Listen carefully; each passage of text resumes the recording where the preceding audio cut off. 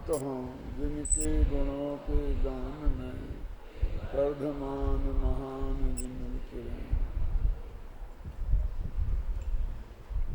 समयसार परमागम की 49वीं गाथा चल रही थी, जिसमें अरसादी 9 बोलों के माध्यम से आत्मा का वास्तविक स्वरूप क्या है ये समझाया था।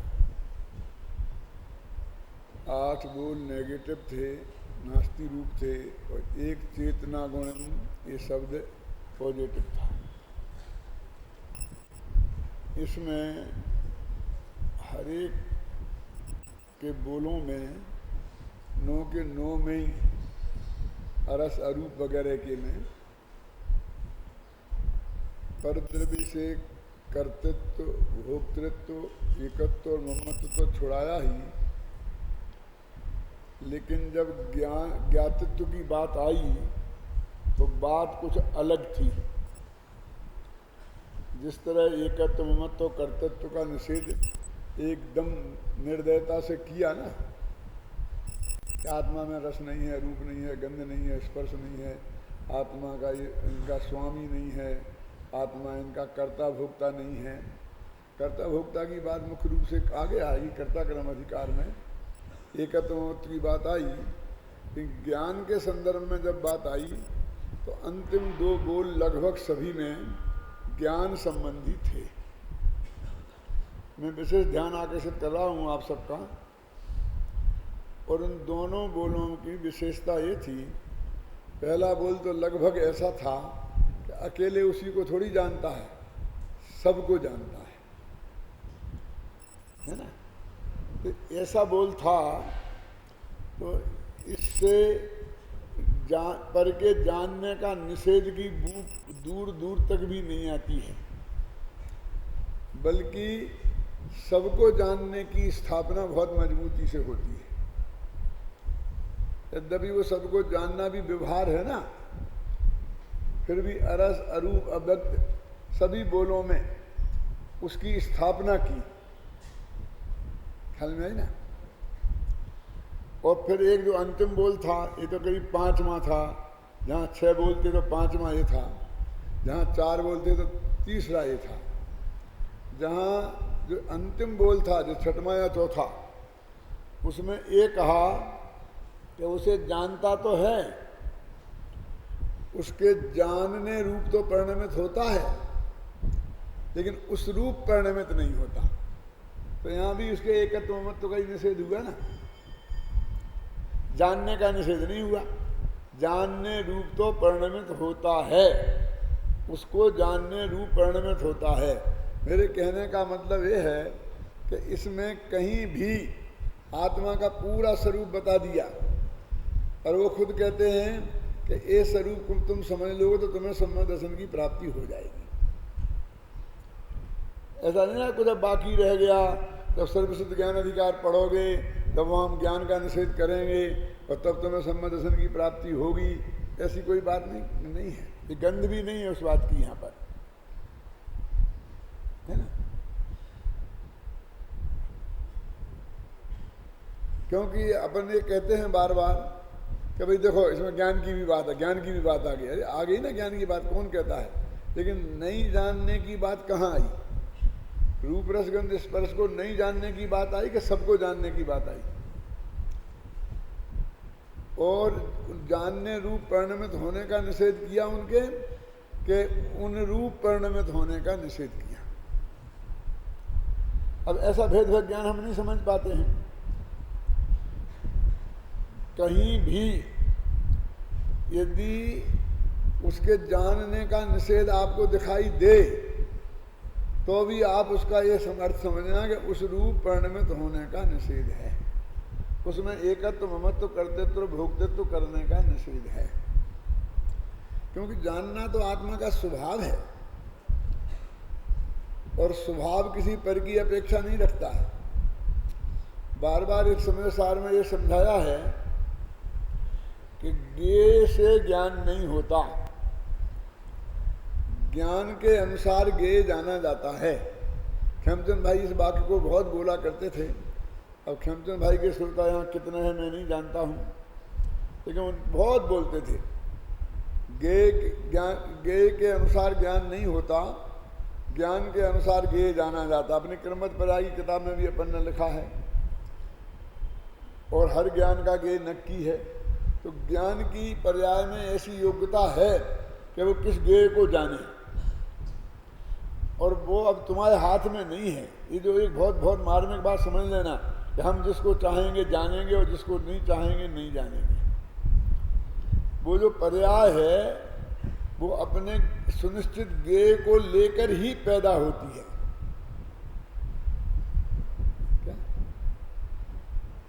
जो बच्चा अपने घर में पैदा होता है, माँ के गर्भ में आया है, तो अब हम सारी व्यवस्था हम करेंगे उसकी, और हमने की और हम नहीं संभालते तो मर जाता। इस धोखे में मत रहना। वो सारी व्यवस्था खुद अपनी करके आया है, उसका पुण्य उसके साथ आया कि नहीं आया? क्यों?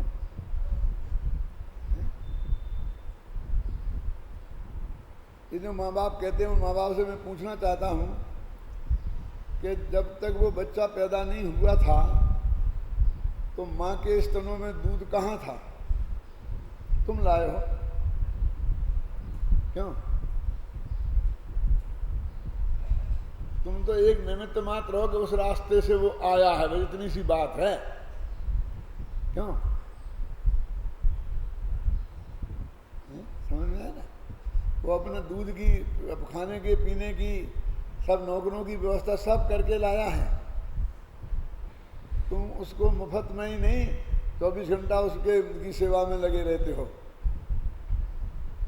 तुम तो वो हो, मैं कठोर शब्दों में नहीं कहना चाहता हूँ, लेकिन क्या करें, मेरे पास कोई दूसरा शब्द नहीं है, कि जिनसे तुम पैदा हुए उन्हें एक गिलास पानी देने में तुम्हें पसीना छूटता है। वही हो ना तुम। तुम्हारा उस बच्चे के साथ क्या रिश्ता है? वही रिश्ता है ना जो तुम्हारे माँ बाप के साथ है। प्रकाश हितेशी एक बात बहुत मार्मिक ढंग से कहते थे। अपने स्मारक में जब आए तो कई दफा उन्होंने कही बात। एक जमाना वो था कि जब एक माँ बाप 10-10 बाल बच्चों को पाल लेते थे, पोस लेते थे, बड़ा कर लेते थे और योग्य बना देते थे अपनी क्षमता के अनुसार, लेकिन वे 10 बच्चे एक माँ बाप को नहीं पाल पाते। सब अपने यहाँ से धक्का मारने की कोशिश करता है कि उसके यहाँ, उसके क्यों नहीं जाता, उसके यहाँ क्यों नहीं जाता, नहीं तेरा बेटा हूँ, वो तेरा बेटा नहीं है। क्यों?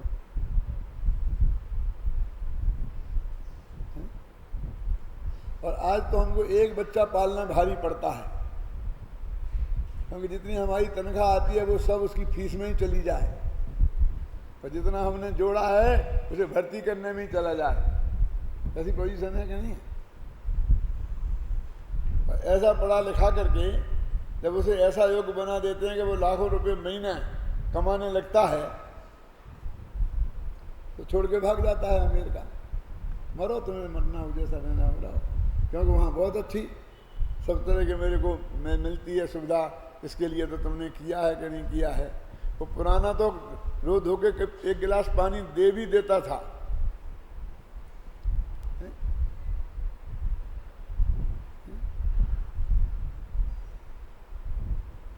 इन लोगों के लिए हम अपना सर्वस्व जीवन लुटा रहे हैं। क्यों? उसके लिए लुटा रहे हैं ना उस पर। तो वो बच्चे के तुम नहीं कर रहे हो, नहीं तो रोते रहोगे जिंदगी भर कि हमने ऐसा किया ऐसा किया, ये नहीं करता है। वो अपना पुण्य लेके आया था, अपने हिसाब से हुआ, तुम्हारा तुम्हारे साथ है। ख्याल में आई ना? तुमने अपने पल्ले में थोड़ा सा होगा तुम्हारे में, तो तुम्हारा बुढ़ापा शांति से कट जाएगा, नहीं तो रो रो के कटना ही है। क्या जगत में कुछ होने वाला नहीं। बहुत ही वो ज्ञान का गे भी वो पहले से ही नक्की है कि क्या जानोगे तुम और क्या नहीं जानोगे। ये तो अपनी क्रमबद्ध पर्याय की किताब से और सब बातों से अपन ने बहुत विस्तार से कहा है कि नहीं कहा। ये नहीं है, ये तो भाग्य से आपकी पर्याय में पहले से ही ये आज मैं ये बात कह रहा हूँ आपके जानने में आएगी, ये नक्की था, इसलिए आपके जानने में आई और मेरे को कहने का विकल्प आया। ये बात आप समझना, इसमें कोई बिल्कुल रंच मात्र भी शंका की गुंजाइश नहीं है। तो ये किस ज्ञान का कौन ज्ञेय बनेगा, और उसमें स्व और पर कुछ भी हो सकता है।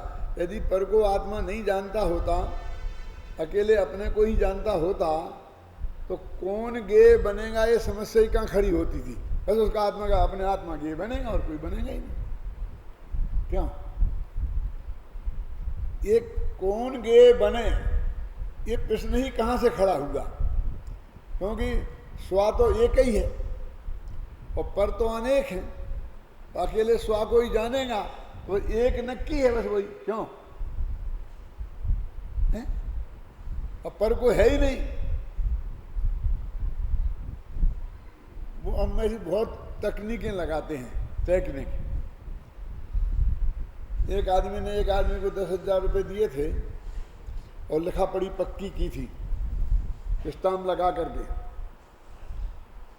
गवर्नमेंट का कानून है कि 3 साल के भीतर यदि वो नहीं देता है आपके पैसे वापस, तो आप 3 साल के भीतर उस पर अदालत में दावा कर सकते हो। यदि 3 साल और 1 दिन हो गए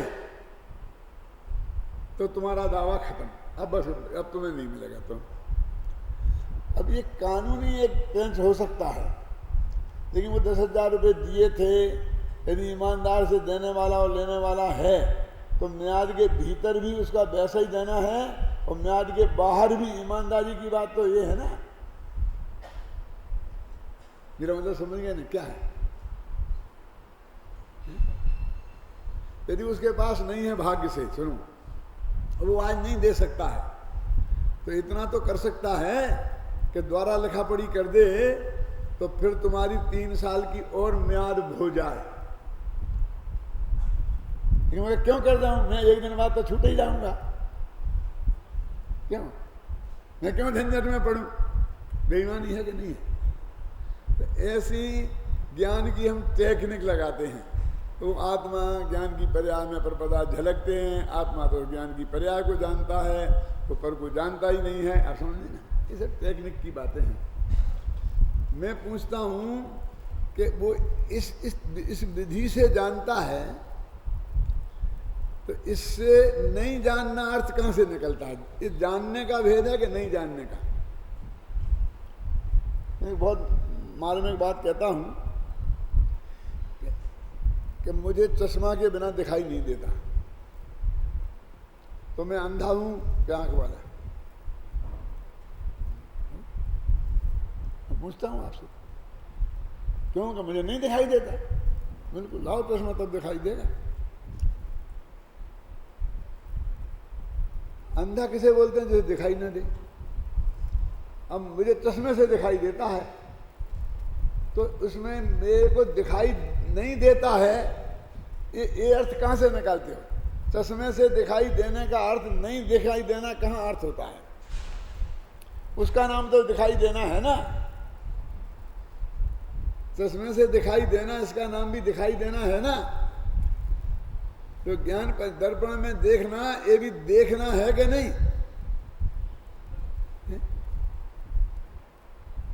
डॉक्टर के पास आप गए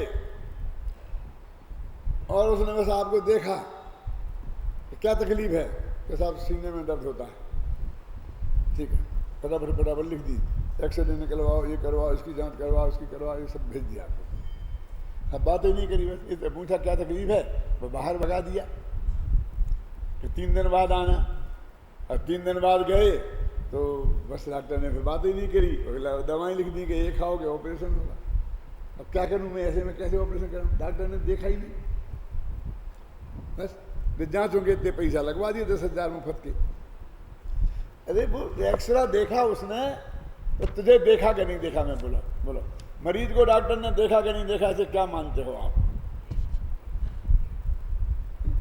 क्योंकि अंदर की जो हड्डी है उसमें क्या डिफेक्ट है ये तुम्हें देखने से नहीं आएगा समझ में, कोई एक्सरा देखने से आएगा। तुम्हारे खून में क्या कमी है, कोलेस्ट्रॉल में क्या कमी है, ये वो खून की रिपोर्ट देखने से आएगा समझ में। तो बोलो उसको देखना माने कि नहीं माने, मुझे बताओ। इस जगत में ऐसा जो कहता है कि डॉक्टर ने देखा ही नहीं मुझे और कह दिया तो मैं वापस तुम्हारा ऑपरेशन होगा और मेरा पेट चीर दिया, क्या वो ये मानता है कि बहुत अच्छी तरीके से देखा, एक घंटे तक, फिर डॉक्टरों की कॉन्फ्रेंस बुलाई, फिर तय किया कि ऐसे इसका क्या करना चाहिए, ऐसा हो सकता है कि नहीं हो सकता, इसमें उसने 8 दिन लगा दिए, क्यों? फिर बाद में सबने तय किया कि हाँ इसका ऑपरेशन करना चाहिए, तब किया गया, तो क्या करना चाहिए? तो ये लोग जो कहते हैं कि वो ज्ञान में झलका इसलिए नहीं देखा, वे उन जैसे हैं जो वो बिना पढ़ी लिखी माँ बहन जो कहती है ना कि मुझे डॉक्टर ने देखा ही नहीं, शिकायत बनी रहती है उसकी, और जबरदस्ती उसने मेरा पेट चीर के रख दिया है कि नहीं? बोलिए, वो उस जैसी है। और जो वो देखा कहता है वो ये है कि भाई वो उसकी विधि ये है, प्रक्रिया ये है देखने की। बड़े डॉक्टर नहीं देखते हैं कि छोटे के पास जाओ तो कम से कम ब्लड प्रेशर तो लेता है, क्यों? ऐसा जवान खुलवा के तो देखता है, पल्स तो देखता है, यहां पर लगा आला लगा के तो देखता है, लेकिन इसने तो वो भी नहीं देखा।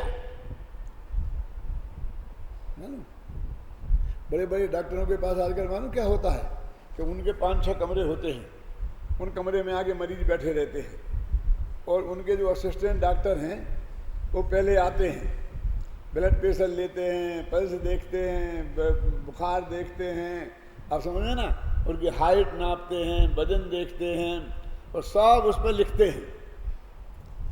क्यों? पूरा तैयार करके करते कि नहीं, बिल्कुल एकदम करके। फिर वो डॉक्टर आता है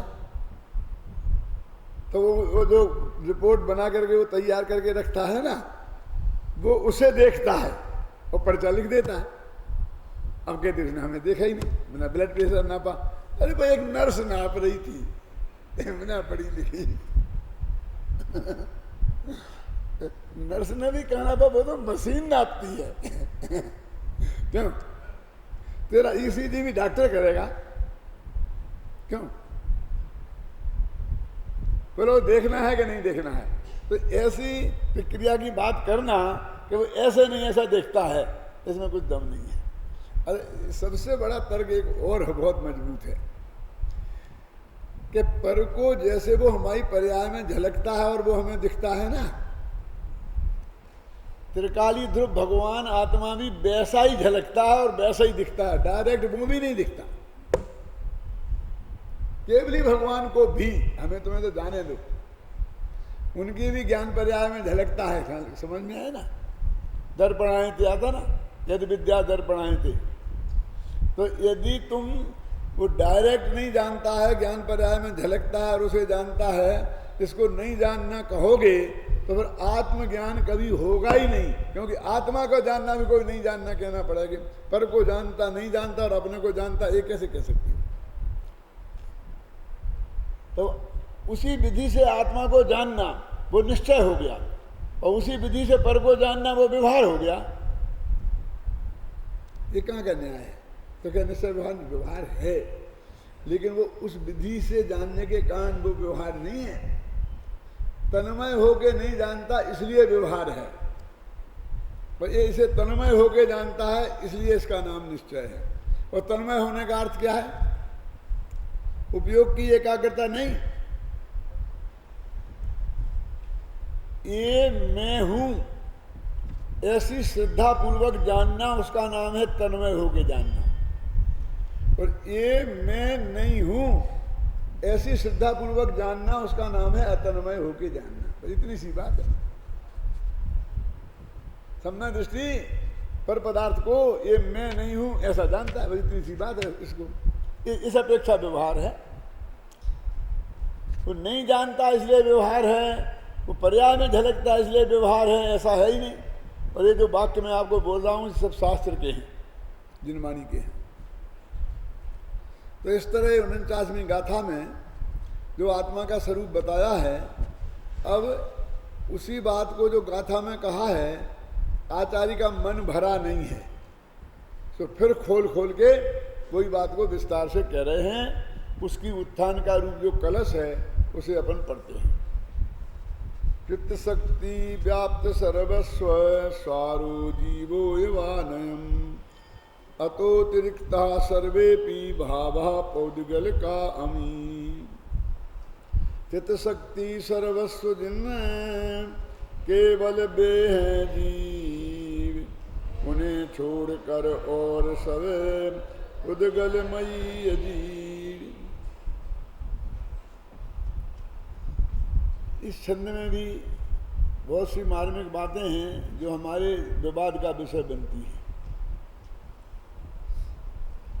कहते चित्त शक्ति सर्वस्व जिन, जिनेन्द्र भगवान का सर्वस्व क्या है कि चित्त शक्ति, चेतना गुण में सद्दम, कोई कहा था ना चेतना गुण, चित्त शक्ति माने चेतना गुण, वो ही आत्मा का सर्वस्व है।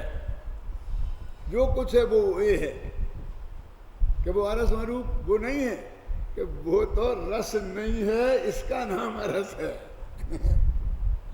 क्या है? क्यों?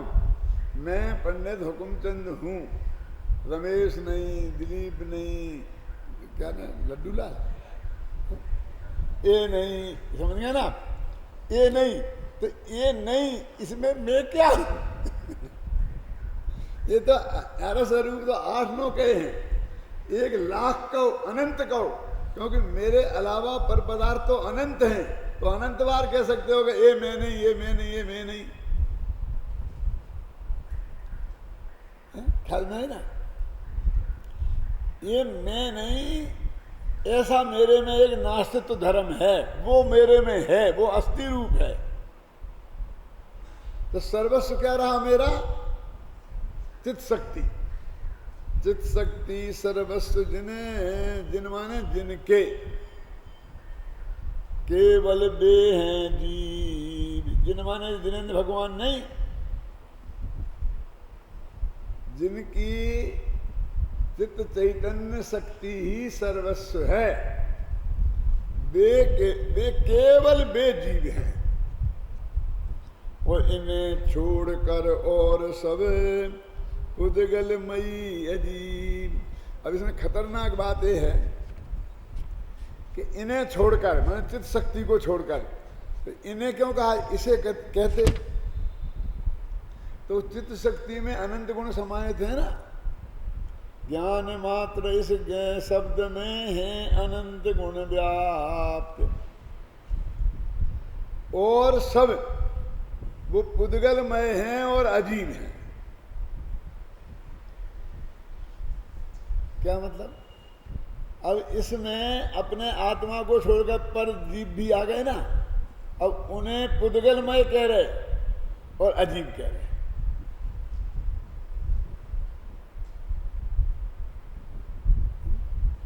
अमेरिका में एक भाई हैं, तो बस वो इसलिए अत्यंत नाराज हैं अपने मिसल से कि एक दफ़े वो उज्ज्वला बहन वगैरह गई थी ना, दिनेश भाई और उज्ज्वला बहन, तो उनने ये कह दिया कि दूसरे का अजीब भी अजीब है अपनी अपेक्षा, बस खत्म। उन्हें अजीब कैसे कह सकते हो? इसमें अपेक्षा है, शास्त्र में लिखी बताओ, अब ये लिखी बताएं तो माने नहीं। कहाँ स्पष्ट कहाँ लिखा? क्या आप सुनना तो खत्म इसलिए। ऐसे ही अजमेर में वो कैलाश जी थे ना बुलंदशहर वाले, तो उनने आकर के यहाँ अजीब कह दिया था, तो यहाँ पर भी बहुत बड़ा दंगा हो गया था। अब ये तो ऐसी बात है कि हम बता रहे आगम का प्रमाण, आप मानो तो मानो, देखा ना, उन्हें छोड़कर और सब, तो आकाश पुद्गल में ही है। अजीब तो आकाश को कह सकते हैं आप, लेकिन उनको पुद्गल में कही, तो क्या अर्थ है इसका? इसका ये अर्थ है कि हमें दुनिया को 2 भागों में बांटना है। एक भाग में अपने आत्मा को रखा है और दूसरे भाग में सबको रखना है। और सबको हमें एक नाम से कहना हो तो क्या करें? 5 द्रव्यों को हमें एक नाम से कहना हो तो क्या करें? कि पुद्गल धर्म अधर्म आकाश काल कहने से तो काम ये होगा नहीं, तो हमें अजीब कहना पड़ता है।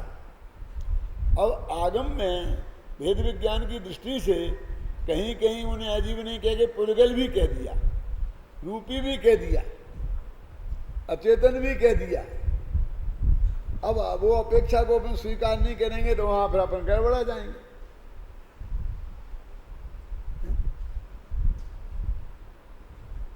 तो इसमें ऐसा खुद ही लिखा है कि सारे झगड़े नयों का स्वरूप सही नहीं समझ पाने के कारण ही है। टोडरमल जी ने मुख्य मार्ग प्रकाशक के 7वें अध्याय में जब निश्चयाभासी, व्यवहाराभासी, उभयाभासी का स्वरूप बताया, वो एक एक का विस्तार से बहुत बहुत वर्णन किया ना, लेकिन वो तीनों का एक कॉमन बात कही उनने कि ये तीनों आदमी हैं जो निश्चयाभासी, व्यवहाराभासी और उभयाभासी, इनकी प्रवृत्तियां तो अलग अलग हैं, वृत्ति भी अलग अलग है, लेकिन गलती एक ही है सब में। वही गलती निश्चयाभासी की, वही व्यवहाराभासी की। कैसे है? निश्चयाभासी तो अपने को केवल ज्ञानी मानता है और रागादिक रहित मानता है, और व्यवहाराभासी तो अपने को रागादिक सहित मानता है। क्यों? केवल ज्ञान से रहित मानता है, दोनों की गलती अलग अलग हो गई ना। तो पंडित जी ने लिखा शुरू में एक ही गलती है। क्या बताई? बोलो, बता सकता है कोई? पंडित जी के शब्द में बहुत स्पष्ट शब्दों में लिखा है, क्योंकि वो निश्चय व्यवहार नय का स्वरूप नहीं जानते। एक ही गलती है, एक गलती निकल जाए तो न निश्चयाभासी निश्चयाभासी रहेगा, न व्यवहाराभासी व्यवहाराभासी रहेगा, न उभयाभासी उभयाभासी रहेगा। शुरू में लिख दिया जिनागम में समस्त कथन निश्चय व्यवहार से किया गया है, और ये निश्चय व्यवहार को नहीं जानता, इसलिए ये सारी गलती है। एक गलती है, और फिर उन्हें गलतियों के ढेर लगाए हैं, और जितना उन्होंने लगाए अपन कोशिश करें तो उनसे तिगुनी और अपन निकाल सकते हैं, लेकिन उसका परिणाम सिर्फ एक है। आपका हार्ट में तकलीफ थी, हार्ट का ऑपरेशन हो गया, बढ़िया बाल बदल गया, सब हो गया एकदम, अब हो गया एकदम, अब एकदम आप अप टू डेट हो। अब डॉक्टर के पास गए कि साहब कमर में दर्द रहता है, यहाँ दर्द रहता है, भूख नहीं लगती है, ये होता है, वो होता है, बहुत तकलीफें हैं। अब तो कहते सब ठीक हो जाए कि भैया कुछ नहीं है, अब तुम्हें कुछ नहीं है, जांच लिया हम, जांच करवा ली, कुछ नहीं है। कि कुछ कैसे नहीं है, हम तो भोग रहे हैं कि तुम्हें कमजोरी है। क्या है? वीकनेस है। आखिर तुम अभी ऑपरेशन से उठे हो, इतनी इतनी तकलीफ पाई है, अब वीकनेस है। क्यों? खाओ पियो चलो फिरो, नहीं नहीं नहीं कोई दवाई लिख दो, दवाई भी लिख देंगे, क्यों? लेकिन चलो फिरो, खाओ, निश्चिंत होकर रहो, फकर नहीं करो, अब कोई तकलीफ तुमको होने वाली, मनने वाले नहीं हो, हमारी गारंटी है। नहीं साहब इतनी तकलीफ है, उससे तो ही नहीं है। अरे कह दी ना हमने, बीमारी एक है अकेली, कमजोरी, तो लिख दो ना कोई, वो क्या बोलते हैं उसको, विटामिन के होते हैं, बोतल आती है, होते हैं टॉनिक, कि बोतलों में ताकत नहीं भरी है वे भी लिख देंगे क्या? इंजेक्शन लगा दो ताकत का, लगी है ताकत भरी है, इंजेक्शन लगा के तेरे में ताकत आ जाती। वो हमारा काम है, हम करेंगे, लेकिन तुम चलोगे नहीं, फिरोगे नहीं, उठोगे नहीं, घूमोगे नहीं, फिरोगे नहीं, क्यों? खाओगे नहीं, पियोगे नहीं, है? तो कमजोरी किसी कीमत पर जाएगी नहीं। एक बीमारी है, क्या नाम? कमजोरी। एक बीमारी है कि निश्चय व्यवहार का स्वरूप नहीं जानते हैं, उन्हें छोड़कर और सब पुद्गलमयी अजीब, चाहे उसे पुद्गलमय कहो, अजीब कहो, और कुछ पर कहो, जो कुछ भी नाम कहो, बेकार। हम एक कहेंगे, राग कहेंगे तो भी तुम सब लगा लेना, पुद्गल कहेंगे तो भी सब लगा लेना, अजीब कहेंगे तो भी सब लगा लेना, क्रोध कहें तो भी सब लगा देना। वो कहा है देखो, एको कर्ता चिदेह में कर्म कोपादयोमी। देखो कोपादय कह के काम निपटा दिया ना, कहीं ज्ञाना वर्णादि कह के काम निपटा देते हैं, कहीं द्रव्य कर्म कह के काम निपटा देते हैं, कभी शरीर कह के नाम निपटा देते हैं। कहा कह दिया ना, देह जुदा आत्म जुदा यही तत्व को सार, और बाकी जो कछु और है याही को विस्तार। अब ये उन्होंने संक्षेप में ये कह दिया। ये कहते अगली 4 गाथाओं की उत्थानिका, 4 नहीं कितनी 6 है, कि उत्थानिका का एक कलश है। अब कहने लगा हमको तो नहीं आया समझ में, तो सुन लो, अभी विस्तार है। पढ़ो। जीवस्य नत्थि बन्धो न विगंधो न विरसो न विफासो न विरूपम न शरीरम, जीवस्य नत्थि रागो न विदोषो नैव विद्यतो मोहो,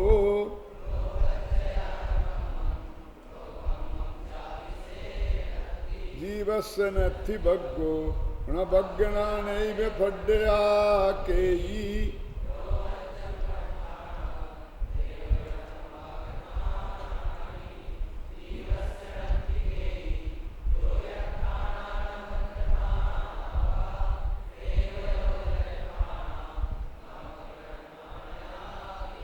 नोठति बंधठाना जीवस्य न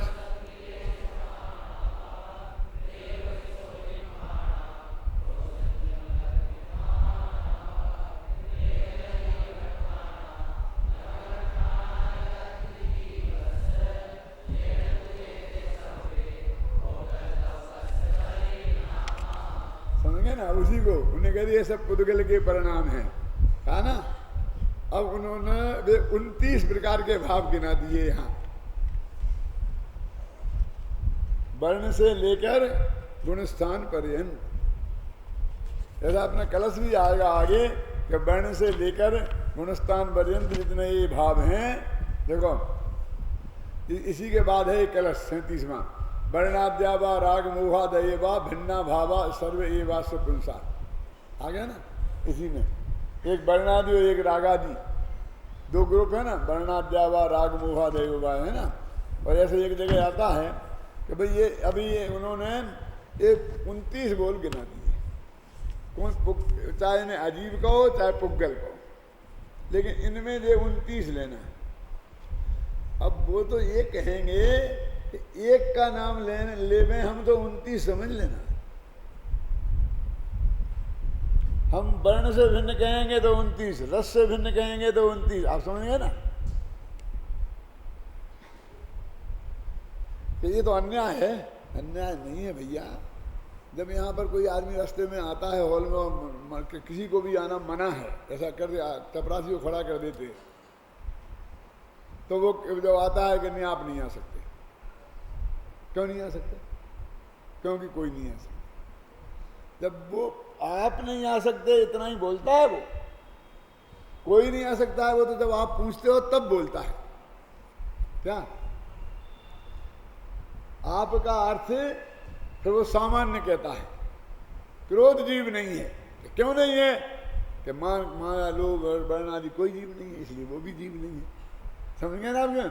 माने अब बार बार हम 29 नहीं गिनाएंगे। अध्यात्म में ऐसा है कि एक का नाम लें, एक को रोकें तो बाकी लंबे लोग इतने चले आ रहे हैं, उन्हें सबको समझ लेना चाहिए कि हमें यहाँ नहीं जाना चाहिए। हर एक को आकर के पूछने की जरूरत नहीं है। एक को उसने कह दिया कि पास हो तो बताओ, तो बाकी के जो लाइन लगा के खड़े हैं आने अंदर, उन्हें सोचना चाहिए कि हमारे पास नहीं है, हम चले जाएं चुपचाप। तो आत्मा होने का वर्णादि से लेके गुणस्थान पर्यंत ये सारे भाव हैं इसमें गिनाए हैं, वो जीव नहीं है, ये अर्थ समझना। अरसमरूप मगंधम, देखो पहले भी वही बात कही थी और वो मूल गाथा बीच में आ गई और फिर भी वही के साथ अब ये रिपीटेशन क्यों करते हो, हमें नई बात बताओ ना। अरे हमारे पास और कोई नई बात नहीं, एक ही है, इससे ही तुम्हारा काम हो जाएगा। अब तुम और सुनाओ, तो हम सुनाते रहेंगे, सुनाते नहीं हैं। फिर और सुनवाओगे तो हम कहें वर्ण क्यों नहीं है, फिर वो तर्क देंगे, युक्तियाँ देंगे। रस क्यों नहीं है, वो तर्क देंगे, युक्तियाँ देंगे। आचार्य घबराते नहीं है, क्योंकि ये पुद्गल द्रव्य का परिणाम है और आत्मा उनसे पुद्गल द्रव्य से भिन्न है, इसलिए रस नहीं है। ये क्योंकि ये पुद्गल द्रव्य का परिणाम है, आत्मा इससे भिन्न, पुद्गल से भिन्न है, इसलिए ये नहीं। वे 29 बार कह देंगे आचार्य। बोलो कैसा है वो? फिर फुरफुरबाजी सुनी थी कि नहीं सुनी थी?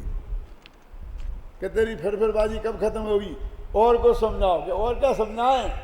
बस ये आत्मा को छोड़कर और कुछ तेरा नहीं है, बस इतना ही। चित्त शक्ति सर्वस्व जिन, ये है केवल वे हैं जीव और उन्हें छोड़कर और सब पुद्गलमयी अजीत। ऐसा दुआ है कि लिखा लेना, ना सो ना उसके सामने, और पढ़ना उठा सो उसके डोर कर। चित्त शक्ति सर्वस्व जिन, वे हैं पुद्गल जीव, उन्हें छोड़कर और सब। नमोकार मंत्र लिखाओ तो बहुत बढ़िया है, नहीं लिखाओ तो भी चलेगा, ये लिखा लेना कि उससे महान है। देखो मैं झगड़े में नहीं पढ़ना चाहता हूँ, लेकिन मैं इससे कहना चाहता हूँ उसमें क्या, अरहंतों को नमस्कार हो, सिद्धों को नमस्कार हो, आचार्यों को नमस्कार, उपाध्यायों को नमस्कार हो, यही तो है ना। और इसमें क्या है बोलो? ये मंत्र बड़ा है कि वो मंत्र बड़ा है? उस मंत्र से पुण्य का बंध होगा और इस मंत्र से भेद विज्ञान हो गया, आत्मा का अनुभव दिए लेने पे जा सकते हो। बोलो